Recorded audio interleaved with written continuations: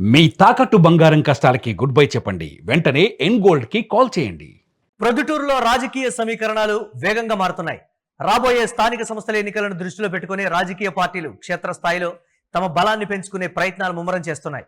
ఇందులో భాగంగా 22వ వార్డులో మైనారిటీలు పెద్ద సంఖ్యలో రాచమల్లు శివప్రసాద్ రెడ్డి ఆధ్వర్యంలో పార్టీలో చేరారు. మహమ్మద్ హుస్సేన్ ఆధ్వర్యంలో జరిగిన ఈ చేరికలు స్థానిక రాజకీయాల్లో చర్చనీయాంశంగా మారాయి.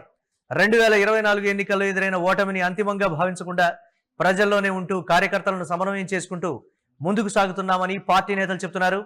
ప్రతి వార్డులో పార్టీ క్యాడర్ను బలోపేతం చేస్తూ రాబోయే స్థానిక సంస్థల ఎన్నికలకు సిద్ధమవుతున్నట్లుగా వెల్లడించారు.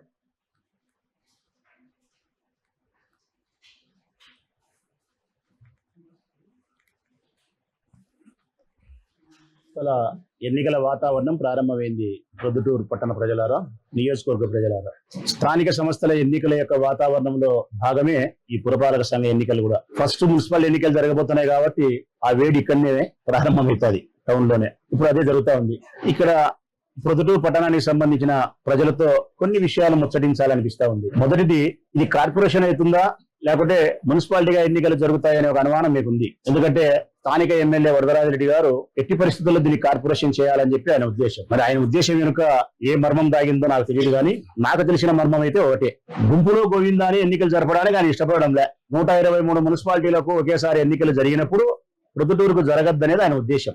సపరేట్ గా జరగాలి. ఇది సపరేట్ గా జరగాలంటే దీని కార్పొరేషన్ పేరుతో ఆలస్యం జరిగితే, ఎప్పుడో రేపు సంవత్సరంలో కార్పొరేషన్ చేయగలిగితే 27వ సంవత్సరంలో 6 నెలలోనో 5 నెలలోనో 7 నెలలోనో ఎలక్షన్ చేసినప్పుడు ఏదో కొత్తగా ఇది ఒకటి జరుగుతుంది, లేదా అటు 1 2 ఉంటే జరుగుతాయి. అట్లా గుంపులో గోవిందా కాకుండా సపరేట్ గా ఎన్నిక జరిగితే గన ఒక్కొక్క వార్డుకు వచ్చి ఒక మినిస్టర్ కూర్చుంటాడు, ఒక్కొక్క వార్డుకు వచ్చి ఒక అధికార పార్టీ ఎమ్మెల్యే కూర్చుంటాడు. పోలీస్ శాఖ అంతా కూడా ప్రభుత్వానికి అనుకూలంగా పనిచేసి డబ్బులు వాళ్ళే తీసుకొచ్చి ఏర్లై పారిచ్చి, నంద్యాల ఎలక్షన్ జరిగింది కదా, నిన్న పులివిందల జెడ్పీటీసీ జరిగింది కదా, అట్లా ఏకపక్షంగా ఎన్నికను నిర్వహించుకునేదానికి ఆస్కారం అవుతుంది. అదే ఇప్పుడు అన్ని దానిలతో పాటు గుంపులో పోయిందైతే ఆ పప్పులు ఉడకవు. ఈ కారణంతోనే ఆయన కార్పొరేషన్ కావాలని కోరుకుంటున్నాడు.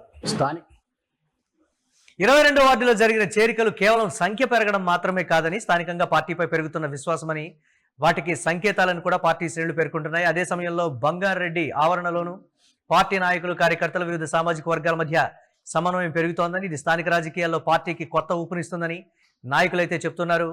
2024 ఎన్నికల ఓటమి నుంచి పాఠాలు నేర్చుకుని 2026 స్థానిక ఎన్నికల సంబంధించి బలంగా నిలబడేందుకు ఇప్పటి నుంచే క్షేత్రస్థాయిలో కార్యాచరణకి వైఎస్ఆర్ కాంగ్రెస్ పార్టీ నేతలు దిగారు.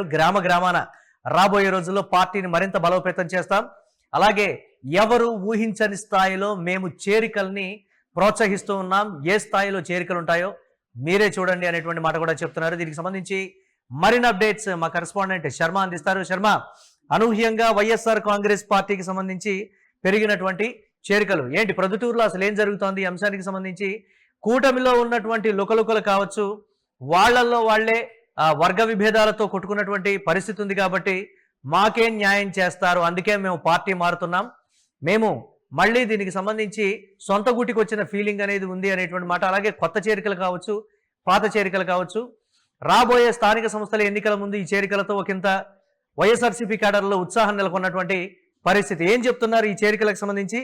అసలు తెలుగుదేశం పార్టీ వర్గాలు ఏం చెప్తున్నాయి అధికార పార్టీ నుంచి వైఎస్ఆర్సీపీలోకి చేరికలకు సంబంధించి కూడా?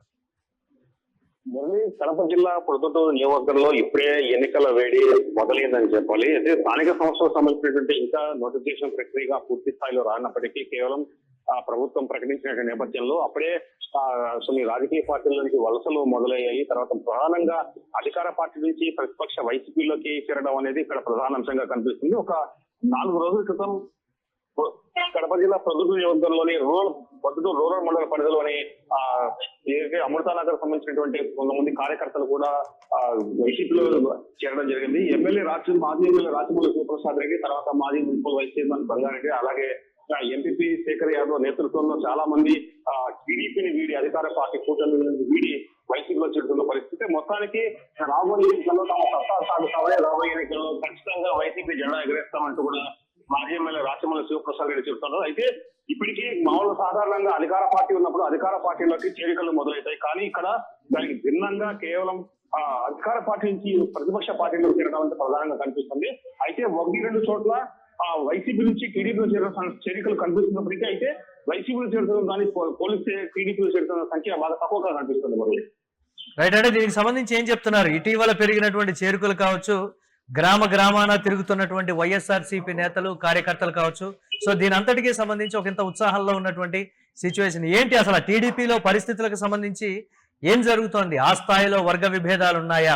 తట్టుకోలేక పార్టీ మారేటువంటి పరిస్థితులు ఆ నియోజకవర్గంలో ఉన్నాయనంటే ఎవరు చెప్పలేనటువంటి పరిస్థితి. మరి కూటమిలో ఉన్నటువంటి లుకలుకలు కావచ్చు, ఇతరత్ర అన్ని పరిణామాలు కూడా అందులో ఇమ్మడలేక బయటకు వచ్చేసేటువంటి సిచ్యువేషన్స్ ఉన్నాయి తప్ప మరొకటి కాదు అనేటువంటి వెర్షన్. దాన్ని ఎలా చూడాలంటారు? మురళి, ప్రధానంగా ఒక అంశాన్ని అయితే మనం పరిశీలన చూడాల్సిన అవసరం ఉంది. ఎందుకంటే మొన్నటి ఎన్నికల్లో చాలా మంది ఇతర పార్టీలకి, అదే టీడీపీలో కానీ కూటమిలో కానీ చెందినటువంటి వాడు తర్వాత అధికారంలోకి వచ్చిన తర్వాత కూటమి పార్టీలో ఇమ్మడలేని పరిస్థితి ఉంది. గత 2 సంవత్సరాలుగా అనేక ఇబ్బందులు పడుతున్నారు. తర్వాత తమ రాజకీయంగా ఎదుగుదల కనిపించట్లేదు, తమ నాయకులు గుర్తించారు, ఎన్నికలకు వాడుకొని తమ పక్కన పెట్టేశారు, తర్వాత తగిన ప్రాధాన్యం ఇవ్వలేదనే ఒక బాధను, తర్వాత ఆవేదన అనేక సందర్భాల్లో వ్యక్తం చేయడం జరిగింది. అట్లా తెలుగుదేశం పార్టీ మహానాడు జరిగినప్పుడు కానీ, నియోజకవర్గ స్థాయి మహానాడులో కానీ, జిల్లా స్థాయి మహానాడులో కానీ కూడా స్పష్టం చేస్తూ కూడా అనేక వేదికల మీద తాము వచ్చి తమ అసంతృప్తిని వ్యక్తం చేసిన పరిస్థితి. ఆ నేపథ్యంలోని ఇప్పుడు ఈ వలసలో చూడొచ్చు. అట్లాగే తెలుగుదేశం పార్టీలో నాయకులు ఎక్కువగా పెరిగిపోవడం, ఎవరికి తగిన ప్రాధాన్యత ఇవ్వడం, కేవలం ఎమ్మెల్యే తర్వాత లేకుండా ఇన్ఛార్జి వారికి సంబంధించినటువంటి పరివారాన్ని తప్ప, అనుసర గణాన్ని తప్ప ఎవరికి కూడా స్పష్టమైనటువంటి తర్వాత ఒక భద్రత కూడినటువంటి ఏ పనులు చేయకపోవడం వంటి అంశాలు ఇక్కడ ప్రధానంగా వలసలకు కారణమవుతుందో చెప్తున్నారు Murali. Right, thanks for updates Sharma. మొత్తం మీద వైఎస్ఆర్సీపీలోకి స్థానిక ఎన్నికల ముందు పెరుగుతున్నటువంటి ఈ చేరికలు కావచ్చు, నియోజకవర్గంలో కూటమిలో ఉన్నటువంటి లుకలుకలు కావచ్చు, ఏ పరిణామాలైనప్పటికీ కూడా వాటిని అనుకూలంగా మార్చుకుంటోంది వైఎస్ఆర్ కాంగ్రెస్ పార్టీ. ఈ నేపథ్యంలో చేరికలు స్థానిక సంస్థల ఎన్నికల ముందు చేరుతూ ఉండడంతో కార్యకర్తలు, నాయకుల్లో ఎక్కడ లేని ఉత్సాహం అయితే వస్తోంది. దీనికి సంబంధించి ఇదే కాదు, రాబోయే రోజుల్లో మరిన్ని చేరికలు ఉంటాయనేటువంటి మాట చెప్తూ ఉన్నారు.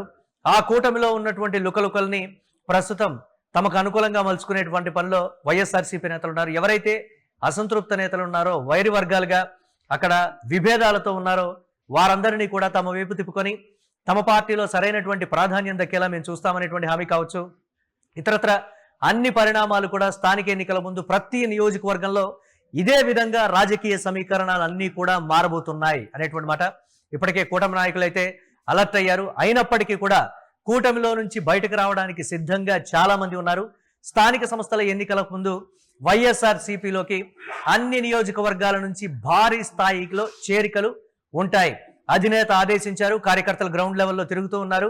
ఈ నేపథ్యంలో ప్రతి ఒక్క నియోజకవర్గ ఇన్ఛార్జికి ఇచ్చినటువంటి టార్గెట్స్ కావచ్చు, వాటన్నిటికీ మించి ఉన్నటువంటి వైఎస్ఆర్ కాంగ్రెస్ పార్టీ అధిష్టానానికి ఇచ్చినటువంటి రిపోర్ట్స్, దానిని మించి చేరికలు అయితే చేసుకుంటున్నటువంటి పరిస్థితి ఉంది.